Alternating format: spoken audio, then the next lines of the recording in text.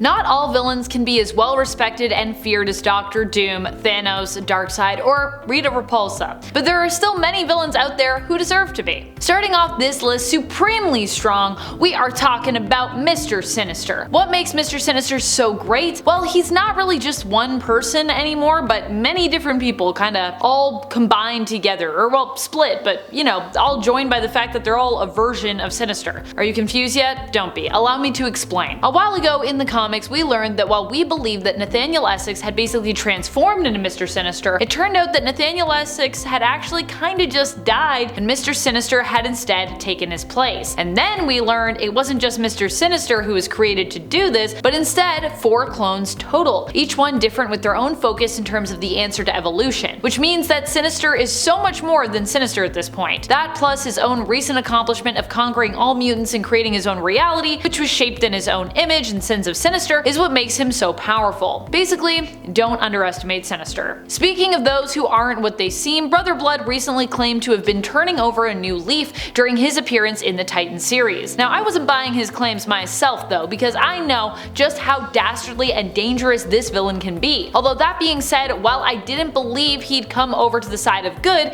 I was excited to see him. I don't think Brother Blood ever gets enough love, so I'm always super excited to see him appear in the comics. Brother Blood has been a long-standing Titans villain, and he's quite frightening to be honest with you. Brother Blood's powers allow him to take complete control of anyone whose blood he possesses, so if he ended up with a lot of superpowered blood on his hands, you can imagine just how unstoppable he could be.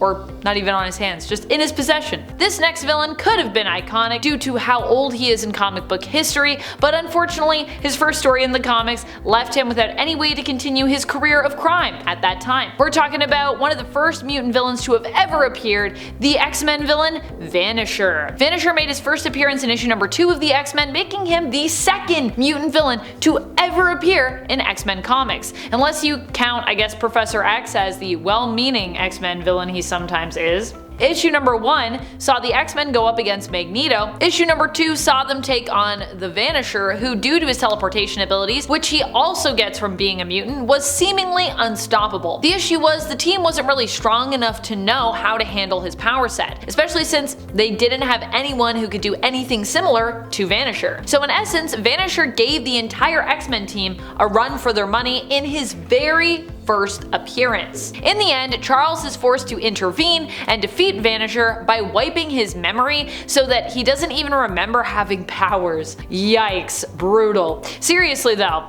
who was the real villain there? Just saying. Charles, when I read him do that, I was like, Charles, please, ruin this entire man's life. I don't think Vanisher even remembers his name after that. He's like, I don't even know who I am. Transitioning over to another character that we really don't talk about enough on the channel, I'm focusing this point on Golden Glider. Who is Golden Glider? Leonard Snart's sister, Lisa. While in The Flash she is given her name by Cisco after he makes a golden gun for her, in the comics she actually gets her name kind of from her own abilities, which allow her to astral project, and while in her astral state move at an insane speed, just gliding around. Hence why she's a good Flash villain. Not only that, but Lisa Snart can use her powers to also cancel out the Speed Force temporarily.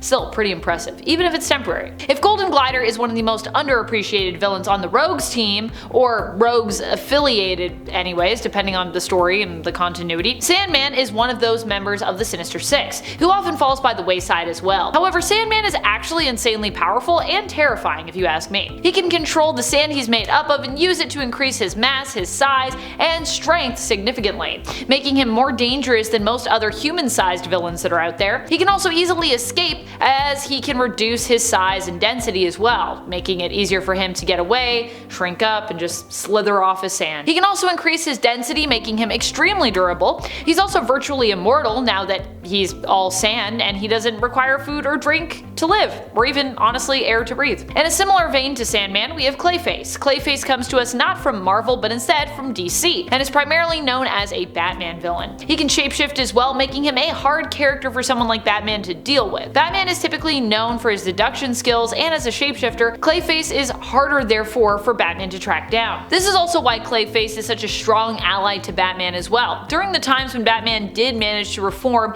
and recruit Basil to the Bat family. While people might consider Clayface Clayface as more of a joke villain somewhat, in part thanks to his marvelous appearance in the hilarious Harley Quinn animated series as a member of Harley's crew, the fact remains that his abilities are impressive, including size alteration, density control, shapeshifting, super strength, super durability, and Carlo can even mimic people's powers because he adopts not just their appearance and their likeness and their voice, but also basically is just copying their DNA. So yeah, he can have superpowers too. Clayface and Sandman are definitely both impressive for their power set, but when it comes to fighting prowess, this next villain is honestly pretty hard to beat. Not only that, but he is insanely intelligent, which also helps him to navigate more challenging fights where he might be at a disadvantage going in. We're talking about Tony Master's Taskmaster. While Taskmaster might have a kind of goofy name, his power set is honestly pretty impressive. He has photographic reflexes. What does that mean? It allows him to learn any style of fighting or martial arts simply by watching it. His abilities don't end there either. He can even learn other useful physical skills such as sleight of hand just by observing them. If you're wondering how I could put someone like Taskmaster above someone like Clayface, who not only can shapeshift but also can mimic other heroes and villains' powers, it's because while Taskmaster isn't himself as powerful, he has defeated other characters who are much more powerful than he is, or even I would say Clayface is. For example, when he used his tactical skills, his smart planning, and sense of prediction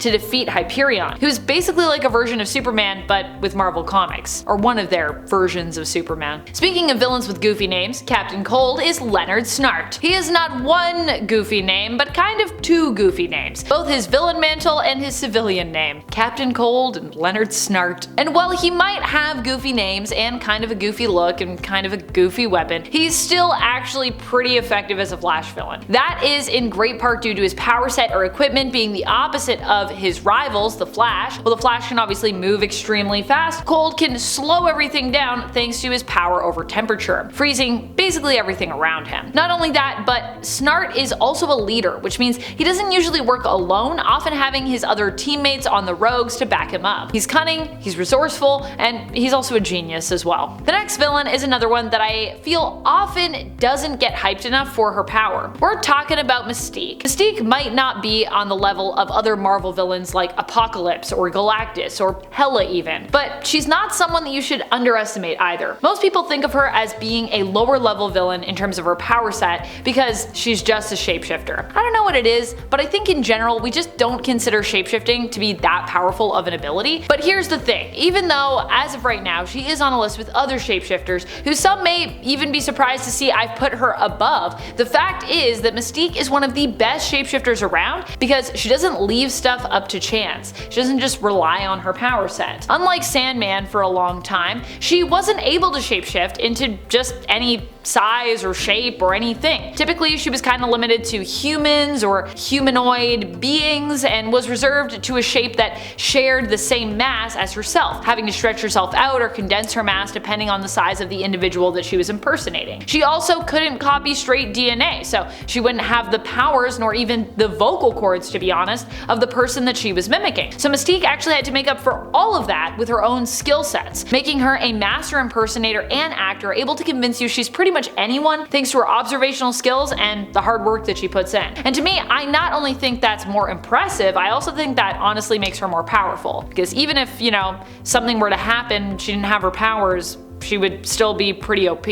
This next villain also gets a bad, or should I say good, rep from people believing that he is the weaker version of his counterpart. We're talking about Bizarro, the Bizarro clone or possibly otherworldly reflection of Superman, depending on the origin that you're going with and the story that we're referring to, because there's been many different Bizarros throughout the years. Bizarro, however, overall might not always be as brilliant or as beautiful as Superman, although sometimes he is pretty brilliant, but he's still got similar powers to one of the most powerful superheroes of all time in all of comic book history, Superman. And that should be enough for me to crown him with our top spot, so hats off to you, Bizarro. That's about it. I'm your host Amanda, aka Vampex13, and until next time, you stay nerdy, YouTube.